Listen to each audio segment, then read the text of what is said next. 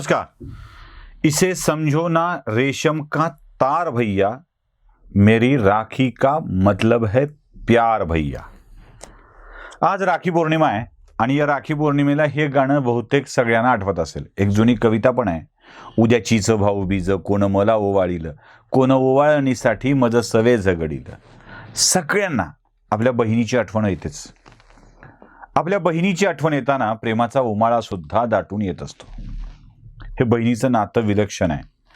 म्हणजे कितीही मतभेद असतील ना, जे प्रॉपर्टीच्या वाटणीचे विषय सोडले तर बहुतेक वेळेला बहिणीवरचं आपलं प्रेम असतं। ज्यांच्यात वाद नाही त्यांच्यात तो जास्त असतं। या आपल्या बहिणीवर आपण प्रेम करतो, पण लोकांच्या बहिणीवर ते प्रेम आपलं जरा वेगळी दिशा घेऊन जातं। बाईला बहीण समजावं, बाईला मातेसमान समजावं वयानुसार। म्हणजे आईच्या वयाचे असेल तर मातेसमान समजावं, थोड्या आपल्या बरोबरीचे असेल तर बहिणी समान समजावं, असं आपण नेहमी म्हणत असतो। आणि आपल्या आया बहिणींसोबत, माता बहिणींसोबत, बंधू भगिनींच्या सोबत आपण कसं वावरतो, कसं वागतो, हे आपल्याला सगळ्या घटनांच्या मधून लक्षात येतं। मी अशाच काही घटनांवरती आपल्याशी बोलणार आहे। महिलांशी कसं वागलं जातं यावरचे आपण अनेक व्हिडिओ केलेले आहेत। आता हा विषय जरासा गंभीर आहे। याच गंभीर विषयाला तुम्ही शांतपणे ऐकाल आणि विचार कराल एवढीच अपेक्षा आज राखी पौर्णिमेच्या निमित्तानं मी तुमच्याकडून करू शकतो। काही महिन्यांपूर्वी माजी मंत्री परतूरचे बबनराव लोणीकर यांनी एका तहसीलदार महिलेला नायिका म्हटलेलं होतं आणि ते नायिका का म्हणाले यावरून प्रचंड वादंग झाला होता। म्हणजे आपल्या तहसीलदार एका नायिकेसारख्याच आहेत असं ते म्हणाले होते आणि त्यावरून प्रचंड वाद झाला होता। लोणीकरांची जीभ घसरली अशी भाषा देखील माध्यमांच्या मधून वापरली गेली होती। अर्थात त्यांचा हेतू चांगला होता, त्या महिला तहसीलदारांचा आक्षेप नव्हता आणि हे प्रकरण तिथे थांबलं। आता नायिका म्हणणाऱ्या बबनराव लोणीकरांना टार्गेट करणाऱ्या वर्गाला आता हे नवीन प्रकरण समजत नाही आहे का? इथे तर त्या मतदारसंघाच्या आमदारानं चक्क तहसीलदार महिलेलाच खलनायिका ठरवलेला आहे। एक तहसीलदार महिला ज्या देवरे आहेत त्या एक कविता सदृश्य मनोगत व्यक्त करतात। एक स्त्री आहे ती, लक्षात घ्या, तिच्या भावना आहेत। ती जशी अधिकारी आहे ना तशी ती एक स्त्री आहे। ती एक कविता लिहून आपला ऑडिओ करते आणि त्या भावना ती स्त्री व्यक्त करते। दीपाली चव्हाण नावाची एक वनक्षेत्रातली वनविभागातली अधिकारी आपल्या वरिष्ठाच्या जाचाला कंटाळून आत्महत्या करते। कसं आहे, आपलं एवढं प्रासंगिक आहोत ना आपण की एखादी घटना घडली कीच आपल्याला जाणीव होते की काहीतरी होत आहे, पण ती घटना जर घडली नाही तर आपण काहीच वाटत नाही, आपल्याला हे असं रुटीन आहे असं वाटत असतं आणि विसरतो सुद्धा खूप लवकर। दीपाली चव्हाणचा मृत्यू आपण असाच विसरून गेलेलो आहोत। आता या देवरे नावाच्या तहसीलदार महिला या दीपालीला अनुषंगून काही ओळी, काही मतं व्यक्त करतायत। काय ती मतं तुम्ही ऐका। प्रिय दीपाली चव्हाण, घाबरू नकोस, मीही लवकरच येते तुझ्या वाटेवर तुला सोबत, कारण त्याशिवाय दुसरा मार्गच दिसत नाही। तत्वांना मुरड घालून जगता येत नाही आणि जी हुजूर म्हणून तळवे चाटता येत नाही। लोकप्रतिनिधींच्या तालावर नाचता येत नाही आणि त्यांना थुंकलेलं मला चाटता येत नाही। उकिरड्यावर उगवाव्यात तशा त्यांच्या कार्यकर्त्यांच्या दिंडी मला रोखता येत नाहीत आणि वरिष्ठांना सांगूनही त्यांना खिंडीत रोखता येत नाही। दीडशहानी, आगाऊ, भ्रष्ट अशा विशेषणांच्या मखरात आपल्याला कोंबणार, नाक दाबून ठेवणार, जोपर्यंत विनवणी करणार नाही तोपर्यंत आपल्या विरुद्ध उपोषणांना बसवणार। बरं करोना होता, नाहीतर मोर्चा काढून झुंडीच्या झुंडी पाठवल्या असत्या डांबरानं तोंड काळं करायला।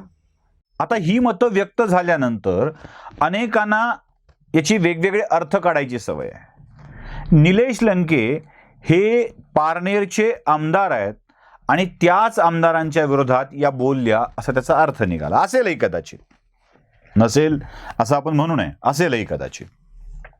निलेश लंके हे व्यक्तिमत्व आजकाल खूप मोठं झालेलं आहे, लार्जर दॅन लाईफ असं त्याचं प्रतिमा झालेली आहे। का? एक कोविड सेंटर चालवलं, मास्क न लावता ते माझी माणसं जगली पाहिजेत म्हणून त्या लोकात वावरली, काळजी न घेता वावरली। मग काय, सोशल मीडियावर धुमाकूळ झाला, माध्यमांच्या मधून धुमाकूळ झाला, अगदी निलेश लंकेंच्या आरत्या लिहायचं बाकी शिल्लक राहिलं होतं इथपर्यंत ते सगळं झालं, काही व्हिडिओ व्हायरल झाले. या सगळ्या प्रकारात अनेक आमदारांनी हे चांगलं काम केलेलं आहे, पण त्यांच्या बिचाऱ्यांना त्यांना हे जमलं नाही. म्हणजे गेवराई तामरसिंह पंडितांनी खूप मोठं त्याच्या एक मोठं काम उभं केलेलं होतं. गंगापूरचे आमदार प्रशांत बम यांनी देखील एक खूप मोठं काम उभं केलं होतं. म्हणजे बायपॅप, व्हेंटिलेटर, ऑक्सिजन सगळ्या सुविधा दिल्या होत्या. लंकेच्या ह्यांच्यामध्ये तरी किमान ऑक्सिजन, बायपॅप आणि व्हेंटिलेटर्स नव्हते, पण प्रशांत बम यांनी त्या सगळ्या सुविधा उपलब्ध करून दिलेल्या होत्या. एक नव्हे, दोन नव्हे, अशा अनेक आमदारांनी या व्यवस्था करून ठेवलेल्या होत्या. त्यात हिट झाले ते लंके. त्याच वेळेला मनसेच्या एका पदाधिकाऱ्यांनी लंकेंच्यावरती भयंकर आरोप करणारा व्हिडिओ केला होता. अर्थात त्या प्रसिद्धीच्या झोतामध्ये, प्रसिद्धीच्या वलयामध्ये हे सगळं लांबलं होतं. आता हेच लंके आपल्या महिला तहसीलदारांच्या सोबत कसे वागतात? रात्री अपरात्री फोन करणे, रात्री अपरात्री मेसेज करणे, त्यांना सांगणे, या सगळे प्रकार घडलेले आहेत. म्हणजे ते करावा की नाही करावा, महिलेसोबत महिला तहसीलदार म्हणून वेगळे वागणूक द्यायची गरज नाही आहे, पण त्यांनी मला केले असं सांगणे, त्यांच्यावर चौकशी चालू आहे असं सांगणे, याचा अर्थ स्पष्ट आहे की त्या तहसीलदार म्हणून आमदार निलेश लंके यांना नको आहेत त्या तालुक्यामध्ये. आणि नकोयचा अर्थ असा असतो की त्या हलवण्यासाठीचे प्रयत्न झाले पाहिजेत. महिला अधिकाऱ्यांच्या सोबत कसं वागायचं, काय करायचं, याचं खरोखर प्रशिक्षण देण्याची वेळ आलेली आहे. एक स्त्री अत्यंत आर्ततेनं आपल्या भावना व्यक्त करते, त्या भावनांना आपण अशा स्वरूपात खेळतो, अशा स्वरूपाचे आरोप करतो. काय म्हणतायत निलेश लंके, तुम्ही एकदा ऐका. तो त्यांनी केलेला हा केविलवाना प्रयोग आहे. तुम्ही पाहिला असेल 8 दिवसापूर्वी त्यांच्यावर काही गंभीर स्वरूपाचे भ्रष्टाचाराचे आरोप सिद्ध झालेले आहेत. तसा अहवालसुद्धा नाशिक विभागीय आयुक्त गमे साहेब यांनी तसा अहवालसुद्धा मुंबईला पाठवलेला आहे. आणि याआधीसुद्धा बरेच असे प्रकारचे प्रयोग त्यांनी केलेले आहेत. मला व्यक्तिगत स्वरूपात सुद्धा ज्या ज्या वेळेस कामात गलथान कारभार झाला, ज्या ज्या वेळेस भ्रष्टाचाराच्या गोष्टी माझ्यासमोर आल्या आणि त्यावेळेस मी त्यांना सूचित करण्याचा प्रयत्न केला, त्यावेळेस सुद्धा मला रात्री अपरात्री मॅसेज करून त्या ठिकाणी सांगितलं की जर तुम्ही ह्या गोष्टी उघडकीस केल्या तर मी आत्महत्या करीन. निलेश लंकेंचं हे म्हणणं ऐकल्यावर त्यांच्या मनात त्या बाईंच्या विषयी काय भावना आहेत हे लक्षात येऊन जातं. आता हे प्रकरण वेगळ्याच अंगाने न्यायची शक्यता आहे. म्हणजे त्याच कशा चुकीच्या होत्या, त्याच कशा वाईट वागल्या, त्याच कशा भ्रष्ट होत्या, बाईच्या विषयात हे नेहमी घडतं बरं का, नेहमी घडतं. एकदा बाई आरोप करायला लागली की ती कशी फालतू आहे, ती कशी चूक आहे. ज्या वेळेला तुम्हाला तिच्याशी वर्तन करताना वाईट वाटत नसतं, चूक वाटत नसते, आणि ती चुकीचं वागायला लागली, तिनं ते चुकीचं वागल्याचं सांगितलं की मात्र तिला वाईट ठरवण्याचा एक कायमचा संकेत आहे. म्हणजे मी तर हा अनुभव, हा प्रशासनातल्या महिलांविषयीचा अनुभव खूप जवळून घेतलेला आहे. म्हणजे मी एका प्रशासकीय मंडळावरती अशासकीय सदस्य म्हणून काम केलेलं आहे. महाराष्ट्र कामगार कल्याण मंडळ, लेबर वेलफेअर बोर्ड असं त्याचं नाव आहे. त्या लेबर वेलफेअर बोर्डावरती मी होतो, त्यावेळेला हा अनुभव घेतलेला आहे. म्हणजे त्या ठिकाणी तर महिलांशी वर्तनाचे सगळे निकषच तोडलेले होते, सगळे निकष तोडलेले होते वारंवार.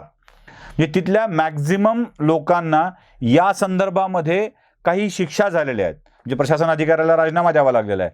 कल्याण आयुक्तांवरती तसे आरोप झालेले होते तत्कालीन, आताच्या नाही, तत्कालीन आयुक्तावरती. एक महिला कल्याण आयुक्त आल्या तेव्हा त्यांच्याशी देखील तिथल्या लोकांचं वर्तन कशा स्वरूपाचं होतं. एक अधिकारी तर त्या महिलांच्या अधिकाऱ्याच्या समोर आपल्या गुंड्या उड्या ठेवून जायचा. म्हणजे साधं लॉजिक कळत नसतं लोकांना की कसं वागलं पाहिजे. सुदैवाने त्या ज्येष्ठ होत्या, वयाने मोठ्या होत्या, त्यामुळं काम भागलं. म्हणजे मी तर त्यांना म्हणायचो की तुम्ही एकमेव अशा कल्याण आयुक्त असाल ज्यांच्यावरती महिला शोषणाचा आरोप होणार नाही आहे, कारण तुम्ही महिला आहात. या सगळ्या प्रकारांना महिलांशी असं वर्तन केलं जातं की जणू काही शासकीय कार्यालयातली महिला अवेलेबल असं व्हॉट्सअप स्टेटस ठेवूनच उभी आहे की काय, असा प्रश्न पडतो. मग ती पदानुसार असा सगळा प्रकार तो असतो. म्हणजे कोण कोणासमोर जायचं, कोणाची अपेक्षा धरायच्या, हा सगळा प्रकार असतो. शासकीय कार्यालयातील महिलांची होणारी कुचंबना आणि महिलांच्याकडून होणारी कुचंबना पण, या दोन्हीचाही विचार करण्याची वेळ आलेली आहे. निलेश लंके आपल्या प्रसिद्धीच्यामुळं, आपल्या वलयामुळं या सगळ्या प्रकारातून सुटू शकत नाहीत. ज्या प्रकारे त्या महिलेने व्यक्तिगत निलेश लंकेवरती आरोप केलेले नाही आहेत, पण निलेश लंकेंनी मात्र ते आरोप स्वतःवर घेत त्या महिलेची तक्रार केलेली आहे. त्यांच्यात तक्रारी अनेक झाल्याचं सांगितलेलं आहे. याचा अर्थ असा आहे की निलेश लंके कुठं ना कुठेतरी या महिला अधिकाऱ्याला त्रास देण्यामध्ये आघाडीवर होते. बरं, अभिव्यक्ती ही कोणालाही आहे, हे अगदी प्रामाणिकपणे त्या देवरे यांनी भावना व्यक्त केलेल्या दिसत आहेत. या अभिव्यक्तीला विचारांची अभिव्यक्ती म्हणून होत असलेल्या मुद्द्यांचा विचार करणं आवश्यक आहे, पण दुर्दैवाने ते होत नाही. ही सगळ्यात मोठी खंत आहे. ही खंत दूर होईल की नाही माहीत नाही, पण प्रशासनातल्या अशा स्वरूपाचं महिला अधिकाऱ्यांसोबतचं होतं. मागे एका दिवंगत मंत्र्यावरही असेच आरोप झाले होते की जिल्हाधिकारी दर्जाच्या अधिकाऱ्याला त्यांनी कसं वागवलं होतं. मग त्या शेवटी मंत्रालयात आल्या. तो किस्से खूप रंजक आहेत. म्हणजे एका माजी मंत्र्यांनी विमानात काय केलं होतं हे देखील आपल्या सगळ्यांना चांगल्या प्रकारे ठाऊक आहे. या स्वरूपाच्या वृत्तीला पायबंद घातला पाहिजे आणि त्यांना पायबंद बसणार नसेल तर पाय लावून हाकाललं पाहिजे, एवढं नक्की आहे. पण हे धाडस आपल्या लोकांच्यामध्ये आहे का ते देखील तपासलं पाहिजे. हे धाडस येवो या सदिच्छेसह आतापुरता थांबतो. आपल्या आया बहिणींची इज्जत करायला आपणच शिकलं पाहिजे, एवढंच सांगतो. धन्यवाद.